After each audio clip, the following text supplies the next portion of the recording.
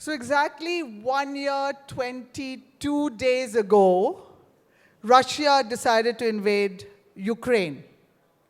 1 year ago, cotton hit the second highest prices ever in a 110-year history.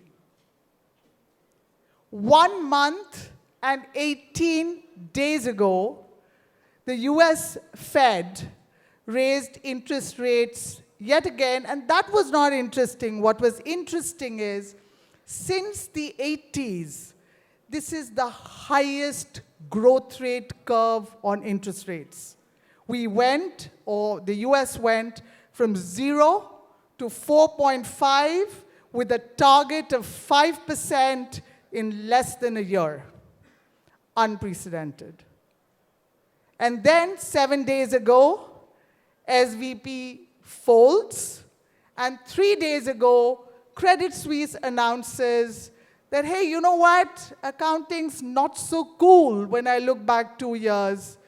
And then their largest shareholder decides not to invest further. And in the middle of all of this, I go and merge LimeRoad into a publicly listed entity with 10 years of public history. That's 4 months and 6 days ago. 1 month ago, IMF says, hey, you know what? The thesis on India, deep India, which actually was predicating my decision to go offline and online in value fashion, holds. IMF came out and said, hey, you know what? This is going to grow at 6.8% and continue to do so. And then a week ago, we had G20 Presidency, and we hosted the world. What a crazy year. And crazy is what I love. And you know why I love crazy? Because this combination of opportunity and complete uncertainty is the boilerplate for success. It is the platform when entrepreneurs and businesses who really put down their heads and build businesses actually create greatness. I love it so much more than those worlds of frenzy when everybody believes in immortality and everybody drinks their own Kool-Aid. So ladies and gentlemen, it's lovely to see you this morning. Thrive and survive are the two key words which forms the basis of the next 7.5 hours that you will spend here today. So I have only one call to all of you. Drink from the hose. Today you will hear so much. Absorb authentically. Smile. Turn left. Look at your person to your left and say hello. And then turn right and do the same. And smile, engage, absorb, and we're here to have conversation. Welcome to TiEcon. Prashant. Yes, as Suchi already put it very eloquently, we live in the most interesting times most of us have been through. It's a very opportune time to have a conference like this when clearly what we see is a lot of chaos and a lot of mixed messages we are all getting. How do we filter that down? What exactly is going on? Is it the best of times? Is it the worst of times? Or is it both? The answer, of course, seems to be it's both, depending on where your vantage point and what you see at that point in time. Having said that, I think a few things are very, very clear. One, India is on the rise and is one spot in an otherwise very gloomy, turbulent world where we are seeing strong macro winds behind our backs. I had heard it at one of the conferences, and there are a bunch of industry reports that talk about it. We are on track to be a 30 to 40 trillion economy by 2050.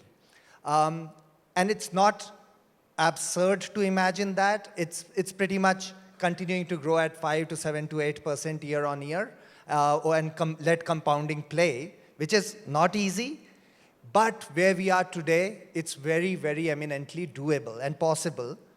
And what does that mean if you put it in perspective? That 90% of that value creation is yet to happen, which many of the people here, especially people in their 20s and 30s, will be the architects of building.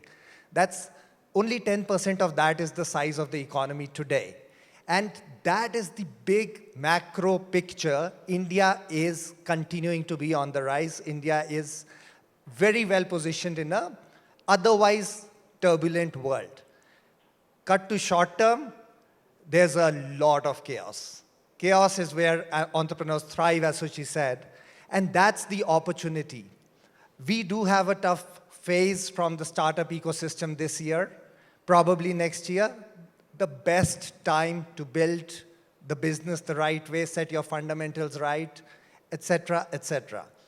Now, while we were designing TiEcon this year, the core theme we wanted to look at was how do we demystify the situation and just make it simple for people to understand what are the challenges, realize the opportunity, what should you do right now. I think there's no better time to be an entrepreneur.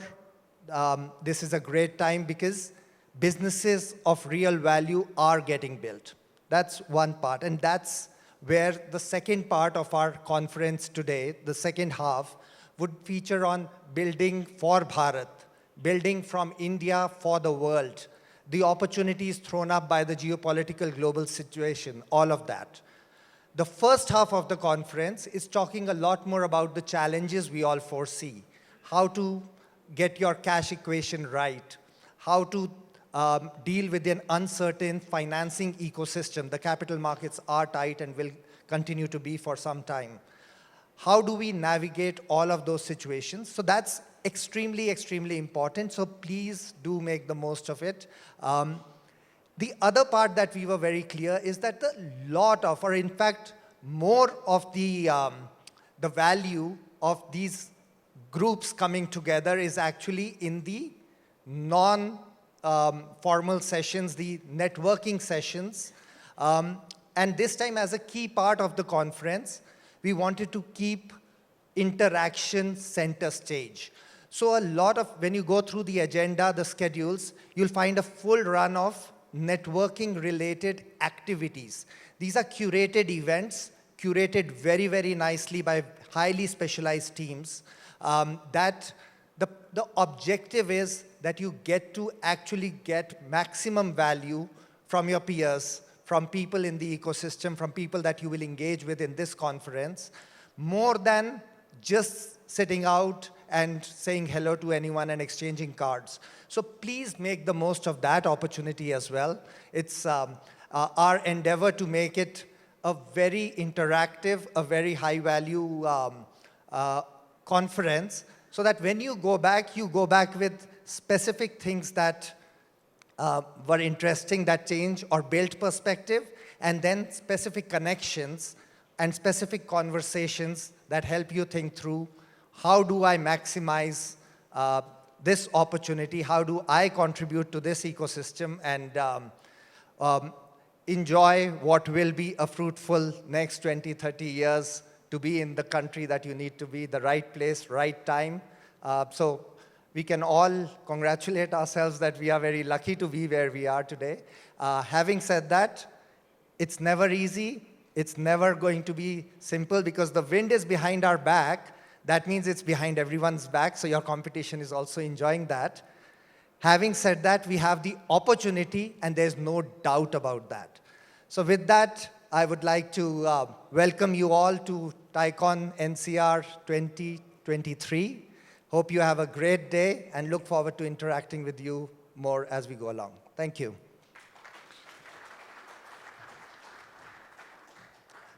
Now just continuing with the macro topic, the big themes. This is the G20 year, and we are extremely fortunate to have amidst us our star keynote speaker for the day, Mr. Amitabh Kant, the Sherpa for G20. Amitabh, may I welcome you to please join me on the stage?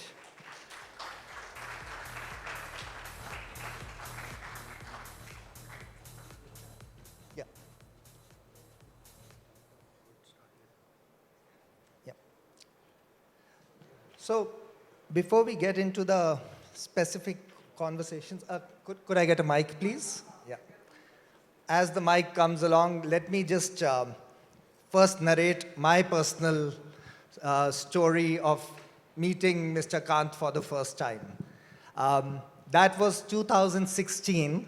He had just taken charge from Secretary DIPP, where the Startup India movement was born. So, of course, he initiated the startup movement from the government side of things in a very organized way.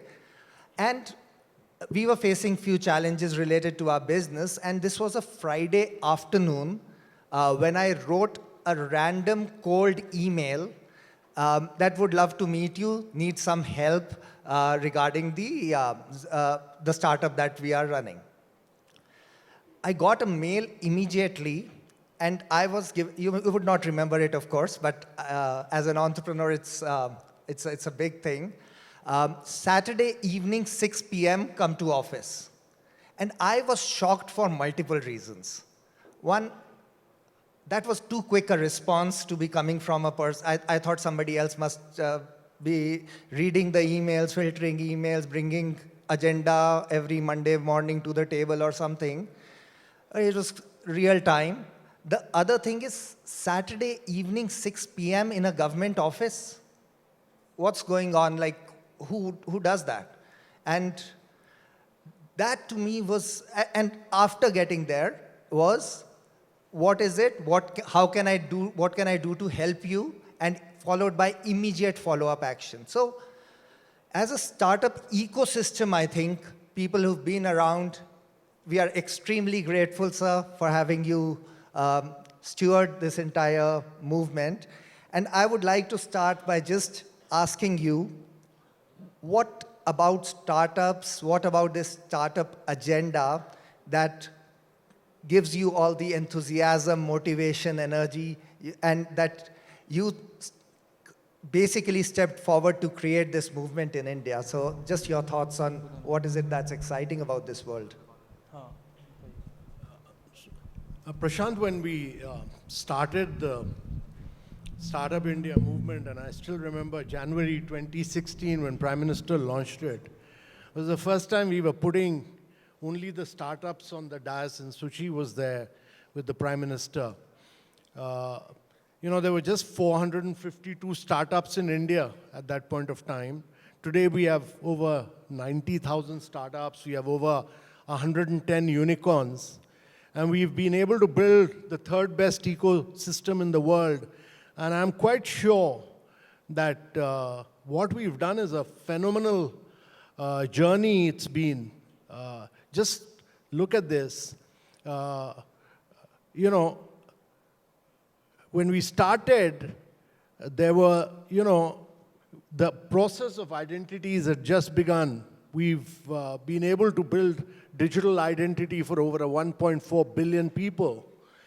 And then between that period, if you look at it, between 2016 and 2018, we opened up about close to 500 million bank accounts.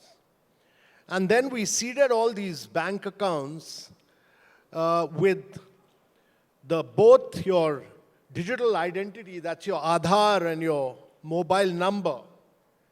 And then the process of expanding on the mobile. So we've seen about 950 million Indians now having close to almost 1 billion people having a smartphone. So, if you look at it, during this period, I have not used my debit credit card, I have not been to a physical bank, I have not been to an ATM machine. For me, my mobile is my virtual bank, and I do all my transaction from here. So what India has demonstrated is that we've been able to do open source, we've been able to do open APIs, we've been able to do interoperability. We build a public track on top of which the private sector has innovated. And we are the only country where PhonePe competes with Google Pay, WhatsApp competes with Paytm. There are 40 different apps competing in the marketplace.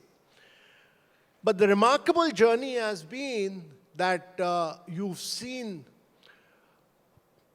payments, digital fast payments, but then you've had also a number of startups who started doing digital lending, which was all paperless.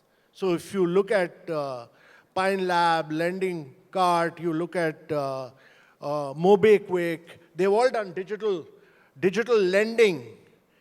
And then you had a whole set of new startups, Zerodha, Grow, Upstock, creating huge amount of wealth in the market. I mean, Zerodha controlling about almost close to 28% of the wealth management stock market in India. One young startup.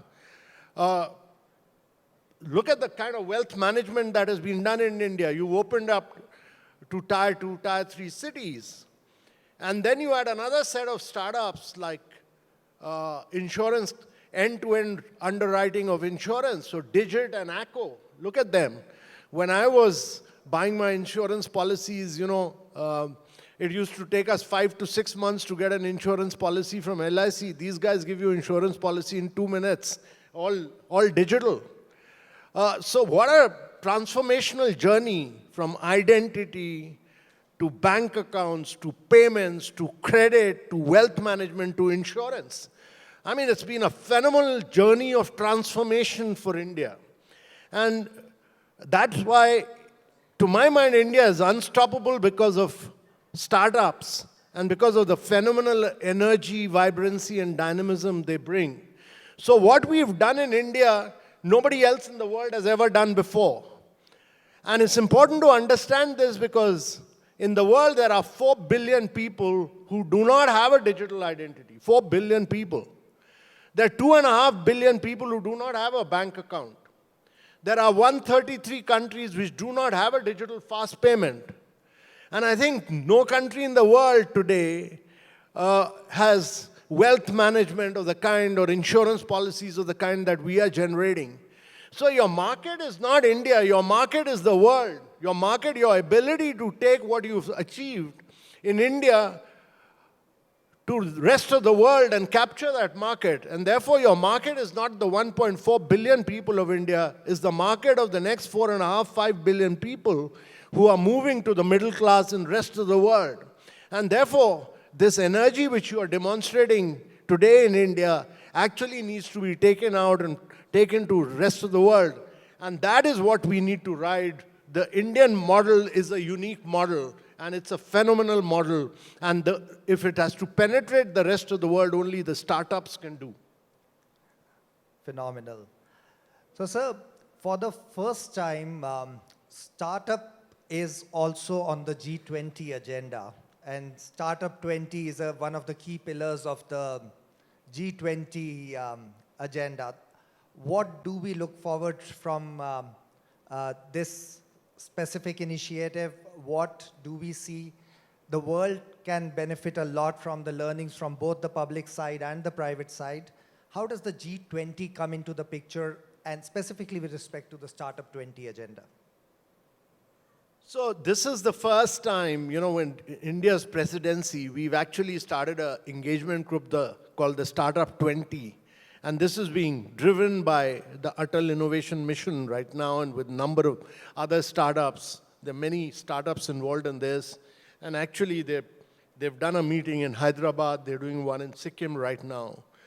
But the important reason why we've started this Startup 20 is because the Indian model is unique, If you look at the last 2.5 decades, world over, all over, the innovation that has happened, it's all been driven in the last 2.5 decades by the big tech.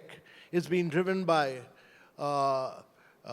Google, it's been driven by Apple, it's been driven by Microsoft, and it's been driven by Meta and or Amazon in USA, and it's been driven by Tencent and Alibaba in China. So you have the big tech model in the United States, and you have the GDPR model in Europe. The GDPR model, actually, Europe was very concerned about privacy issues, and therefore they focused on privacy at the cost of innovation. And actually, Europe has not seen much innovation happening in the last 2.5 decades on the digital tech model. But the big tech model grew because they were able to access citizens' data. And yours data, my data, every data has been used for artificial intelligence, machine learning, mining, and so on. So all innovations that have happened, IoT, cloud, everything that has happened, AI, all that has happened is because of yours and mine data with the big techs. In sharp contrast to this, India built a very different model. India built a model of railway tracks on which we've allowed private sector to innovate and compete. We built up a model of open source, open APIs, and interoperability. And therefore, our view is that what India has demonstrated is, population scale model at very low cost. And we've demonstrated that the cost of acquisition in India itself, I mean, look at the rollout of Jio, for instance. During this period when they got about 200 million people in India, they could do this in 120 days. 120 days to get 200 million, acquire 200 million customers. I mean, they could do it at $1 per customer. That was the acquisition cost. Prior to this, the cost of acquisition in India itself was $25. But the cost of acquisition in America today is about $200. So we've made the cost of acquisition of customer fall from $200 to $1 in India. And that is the big thing in India, that our ability to use technology, our ability to use digital identity. I mean, when I was a young officer, I was working with the traditional fishermen in Kerala. And my job was to transform lives of traditional fishermen. I gave them outboard motors. They could go much further into the sea. I gave them new disco nets, which was then known as disco nets, fishing nets. Gave them new crafts. Their production increased, their productivity increased. But fishermen were prone to drinking. And because they live a very topsy-turvy life, they used to drink every night. So my job was then to open their bank accounts, and so that 50% of the money could go into their bank accounts. Opening a bank account was a nightmare. Chasing physical bank managers, doing know your customer used to take 7-8 months. Today we do it in less than a minute on a biometric. So what we've demonstrated is a huge ability to technologically pole vault. And that is the big story of India. And I think that transformational work, the building blocks have all been laid. And that is why I think the future is all India. Is all because of the energy and dynamism that young startups have brought in. And that is the big way forward for us. So many people, when you talk about this huge winter of money not flowing in, let me just say that 2021 was an exceptional year when you had about 35 billion flowing in. 2022 as well, you have close to about 26, 27 billion flowing in, and that will continue to flow in. Now, 27 billion is a lot of money, still a lot of money. And I still feel that I'm a great believer that the success stories of Indian startups, those who are well governed, those who have a good business model, they will continue to attract a lot of money, and you will soon see a lot of Indian companies, a lot of Indian family businesses, a lot of Indian insurance and pension funds. They will all putting aside money into investing in startups, because you will then have a lot of good startups looking at their governance model, at their business flows, and I don't think money will ever be in short flow for those who have a good business model. Yes. And now, moving to, we have the building blocks in place. the key foundational elements in the ecosystem, initiated by government infrastructure, propelled by private enterprise on top of that. That movement is on. But the rate at which new emerging technology is coming up, the way new industries that never existed and new powers like AI, blockchain, crypto, space tech, clean energy, et cetera, the gamut is infinitely vast now. How do we make sure that the Indian entrepreneur leads the charge on this? And from that perspective, as a ecosystem, as a country, what would be, in your mind, the priority areas? Where is the sunshine? Where can India win? So Prashant, we are today the fastest growing large economy in the world. We're growing at about 7%. We are the fifth largest economy. We are on track to be the third largest economy by 2030. But it's very important that our emphasis must be on raising our per capita incomes because we are a large population, 1.4 billion people. It's also important to understand that there's a difference between 7% rate of growth. If you grow at 7%, you'll take your per capita income from $3,000. In 2047, you'll take it about to $15,000 per capita. If you grow at 8%, you'll take it to about $18,000. If you grow at 9%, you'll take it close to about $24,000. But if you grow at 10%, you'll take your per capita income per Indian to about close to $32,000. So, the compounding power of growth is so enormous. And therefore, the passion and the commitment for growth at high rates is very important. We should not settle for anything less than 9 to 10%. I'm saying this because countries like Korea, Taiwan, Singapore, and in recent times, China have actually done that 10% growth for a very long period of time. They've done it for almost 2 decades, 10% growth. And why did they do this?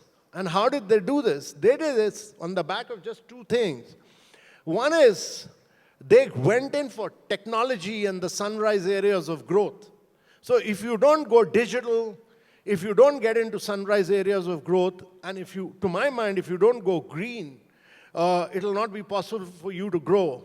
Because all the valuation on your ability to attract capital will come in if you are a digital company and if you're going green.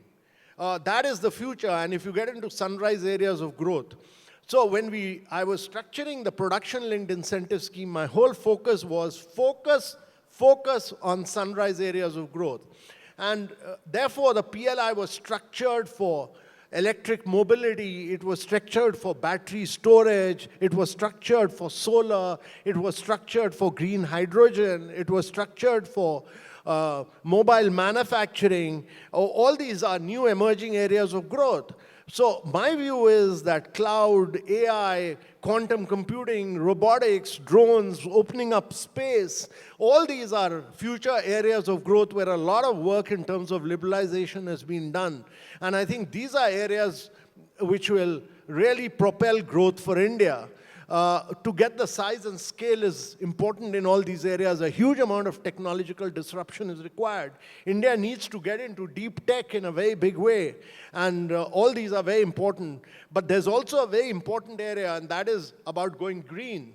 And to my mind, the world is going to go green because, we are not responsible for carbonizing the world. At 1.5 degrees centigrade, we occupy, the total carbon space available is 2,800 gigatons. 2,400 gigatons has been occupied by the developed world. We are not responsible for that.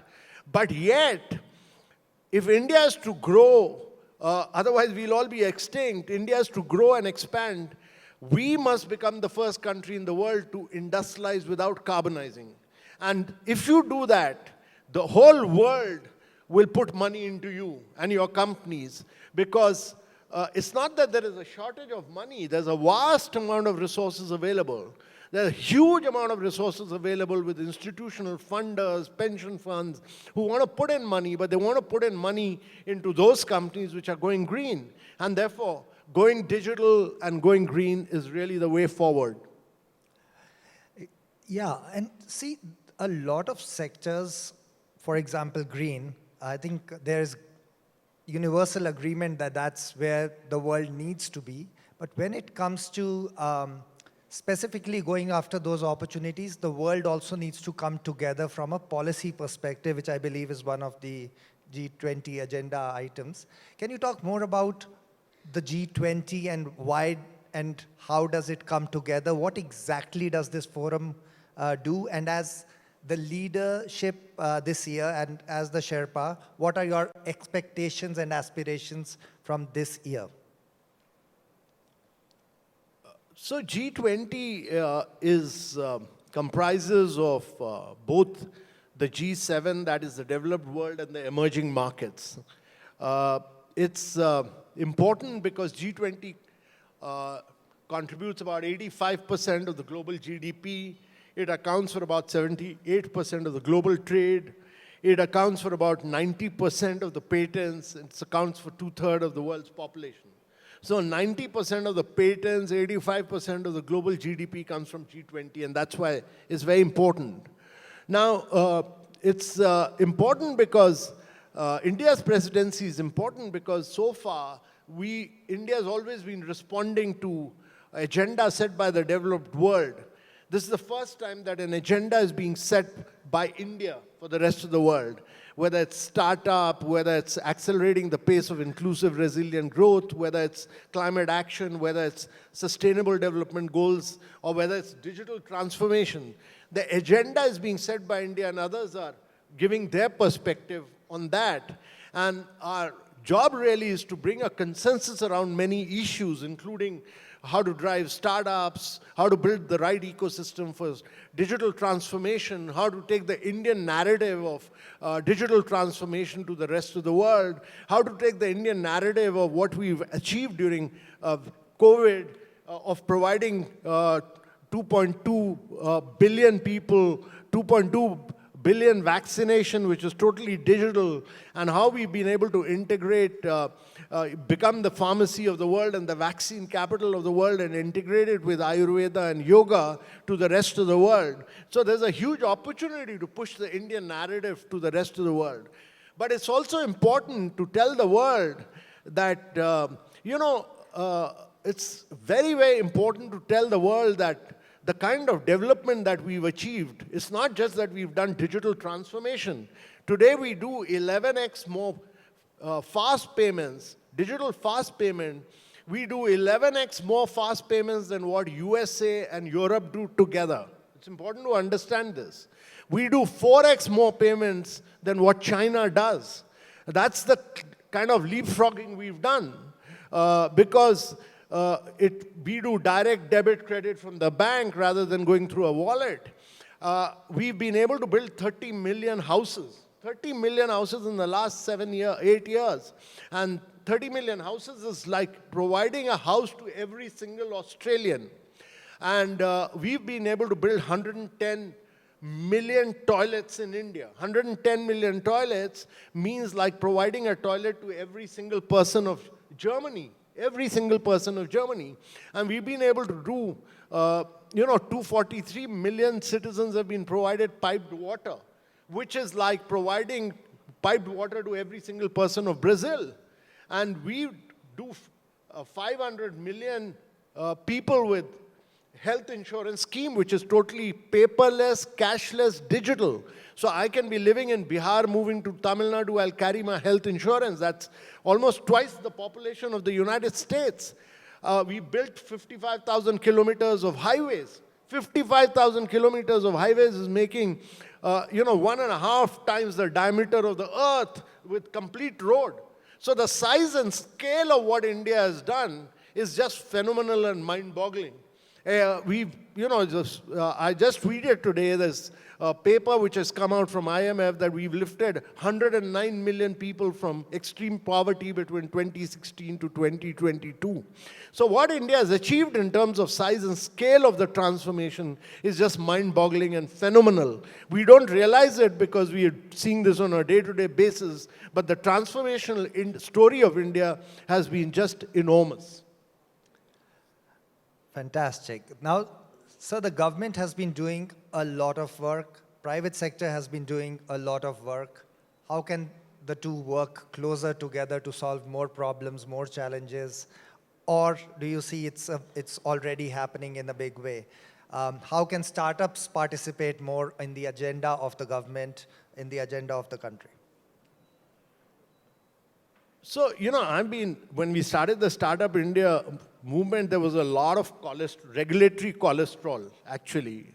And, there was so much of regulatory cholesterol that actually we had to find a definition for a startup. The reason why we had to find a definition for a startup was because there were labor laws, there was so much of Inspector Raj that and we had to exempt the startups from everything else. If we hadn't done it, you would have every startup will have an inspector on his door every third day.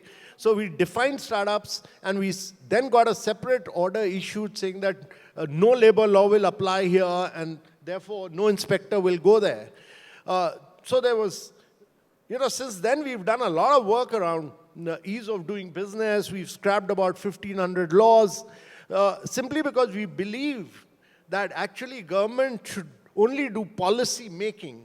The wealth creation is the job of private sector, is the job of young startups. Disruption is your job. Wealth creation is the job of the private sector. And actually, government should get out of every single business. And actually, the government's job should only be to ensure that we are able to provide better education, better health, better nutrition. But wealth creation, business, taking India forward in terms of being a $35 trillion economy should all be the job of the private sector. So all of you should really disrupt India every single day. All of you should really do a lot of wealth creation and drive India in all these new areas of growth which we are talking about. That is the way India will grow and prosper. It will not grow and prosper because the government is trying to do business. It will grow and prosper if government keeps getting out of businesses and you people create wealth for India.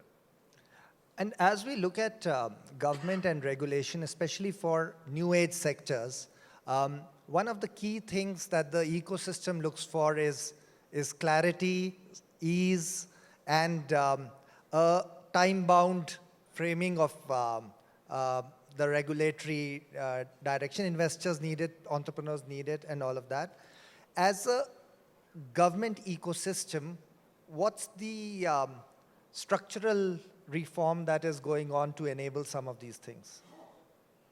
So the structural reforms, if you go back, unlike the rest of the world, which Suchi spoke about, that Europe and America gave a huge package. They brought in so much of liquidity, which has now led to inflation. And because of inflation, you are tightening down and you're raising your interest rates. And as a consequence of this, several banks which have taken deposits from startups and Silicon Valley banks, etc., put their money into US Treasury. And as the interest rates rise, you're facing this challenge because there's an inverse correlationship between interest rates and bonds. And therefore, these banks are suffering because of the rising inflation rates and the big packages. The root of the crisis is the big packages given by these countries. In India, we didn't give big packages. We brought in radical reforms. You look at the goods and services tax, which subsumed 32 different taxes, all digital. We brought in the insolvency bankruptcy code so that people could fail and get out. And there should be no price for a failure. All of us are bound to fail at some point or the other. And insolvency, bankruptcy code takes place of that. Many of us who come from a middle-class background, we all suffered because of adequate regulation of, from these construction companies. And therefore, we brought in the government brought in the regulation, Real Estate Regulation Act. The government redefined the MSMEs, which was pending for almost 3 decades. And actually, the corporate tax was brought down to the best rates possible across the world. And therefore, a lot of FDI has come in because of the corporate tax being brought down. So a huge amount of reforms have been carried out across the Indian economy. And actually, these reforms are going to pay you in the next 3 decades. These reforms are going to provide a massive impetus to Indian economy as the world slows down, as you feel this huge winter of discontent in many parts of the world. You will see an acceleration of growth in India because of the vast amount of structural reforms that have been carried out, including ease of doing business, including scrapping 1,500 laws, decriminalizing many of them. And I think the way forward is make things easy, and make India the easiest nation to do business in. That is the way forward. Just scrap all rules, regulation, and procedures so that no act should, to my mind, be more than 3 pages. No rules should be more than 2 pages, and no form that you guys fill up should be more than 5 or 6 columns, and it should all be digital. And nobody should have a physical interface with the government. It should all be digital interface, and we should be able to solve all problems of our citizens digitally. Absolutely amazing. I think that's the India we all want to build together. That's the India we want to live in. And I think that's well said. It's a funding winter or a winter with challenges all over the world, but it's springtime in India. And we look forward to continuing our endeavors as we build this ecosystem together. Thank you so much, sir, for sparing your time today and coming to Gurgaon all the way for this conference. I know we have a lot of questions, but do we have time to take 1 or 2? We are out. We can maybe take 1. I have 30 seconds. The gentleman behind there, please. Just.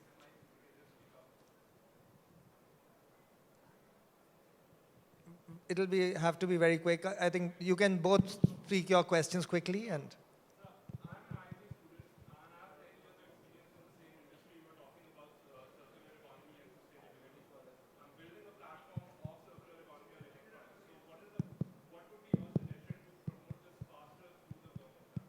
Okay, so I think I'll take both the questions and then sir, you can respond. The startup seed fund scheme, which was notified in January 21, has an eligibility criteria of only 2 years of incorporation. I was wondering if some relaxation could be given so that it can benefit more startups. This is regarding the 20 lakh initial grant and then the 50 lakh marketing debt funding that is given. If that can be considered. 2 questions. Circular economy, what is the potential within the government ecosystem? And second, on the seed funding.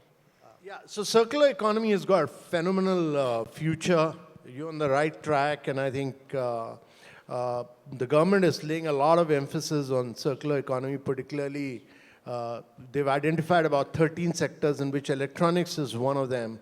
And I think if you're focusing, you said you're focusing on electronics or something? Yeah, so that's the huge amount of potential of doing it in electronics sector, because India is making sure that circular economy norms are implemented, and the Ministry of Environment has already come out with the rules and regulations on the electronics side of it.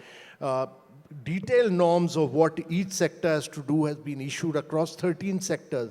But circular economy is really the way forward. The Prime Minister himself has laid a lot of emphasis, and both Niti Aayog and Ministry of Environment and Forests have worked together across these sectors. And electronics is a very, very key area in that. So you're on the right track. Any help we can provide you, I'll be very happy to do that. So just send me a mail.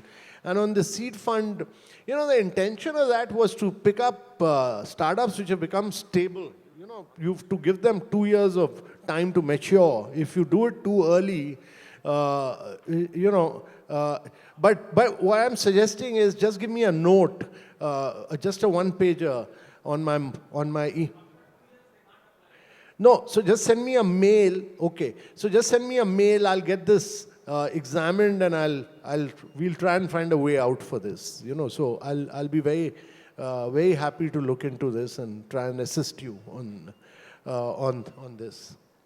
All right, I think there are lots of questions, but we are unfortunately out of time. Of course, a lot of people would want to ask specific questions, but thank you so much, sir.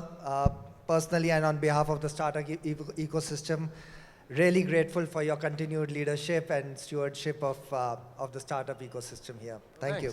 You know, because you had some issues, and anybody who wants to send me a mail, it's at amitabh.kant@nic.in. Just send me a mail. If anybody else also who has a challenge or a problem, I'll take it up with the right people, your problems to be solved. Let me just congratulate all the startups who've assembled here today and for this tremendous energy and dynamism. And let me also congratulate TiEcon Delhi-NCR region for this phenomenal, absolutely phenomenal energy that you people bring in. Congratulations. Thank you, sir.